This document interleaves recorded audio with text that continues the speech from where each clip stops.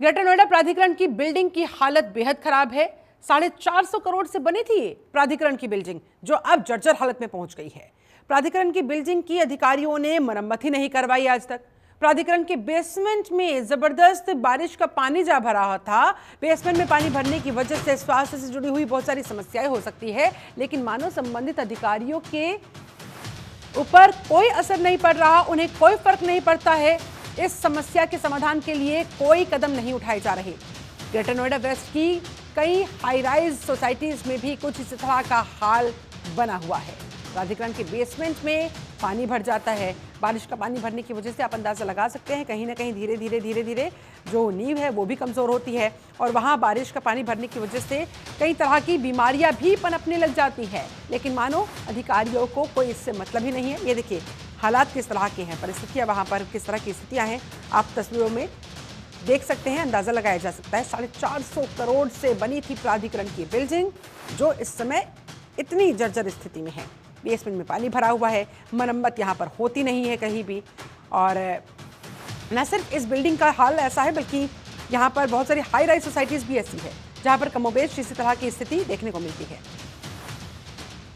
शिव त्यागी मेरे साथ ज्यादा जानकारी के साथ फोन लाइन पर जुड़ गए हैं संवाददाता। शिव, किस वजह से इस बिल्डिंग की ये हालत हो गई और क्या कहना अधिकारियों का? क्यों मरम्मत नहीं होती है, क्यों ध्यान नहीं दिया जाता है? किसी हादसे का इंतजार कर रहे हैं क्या? देखिए, ये ग्रेटर नोएडा प्राधिकरण की बिल्डिंग है जिसमें इस तरीके के हालात हैं। जो रोजाना जहां से पानी टपक रहा है वहां पे एसीओ लेवल के, ओएसडी लेवल के, सीओ लेवल के जो अधिकारी हैं वो वहीं से गुजरते हैं, लेकिन उसके बाद भी इस चीज को नजरअंदाज करते हैं। 400 करोड़ से ज्यादा की लागत से इसको बनाया गया पूरे ग्रेटर नोएडा प्राधिकरण को। आलीशान ग्रेटर नोएडा प्राधिकरण इसलिए बनाया गया जिससे कि यहाँ पे जो आम जनता आती है, अधिकारी हैं, वो यहाँ पे समस्या को सुन सके। लेकिन जिस तरीके से बारिश हो रही है उसके बाद से तमाम जगहों पे, चाहे वो बेसमेंट हो या वो बिल्डिंग के अलग अलग जगहों के कोने हो, तमाम जगहों से पानी टपक रहा है। कहीं ना कहीं मेंटेनेंस जो है इसका सुचारू रूप से नहीं किया गया, इसकी वजह से ये हालत जो है देखने को मिल रही है। फिलहाल सोशल मीडिया पे ये वीडियो वायरल हो, प्राधिकरण अपनी बिल्डिंग को ही नहीं सही करवा पा रहा, उसकी मरम्मत नहीं करवा पा रहा, तो बाकी जिम्मेदारियों का निर्वहन वो कैसे ही कर रहा होगा?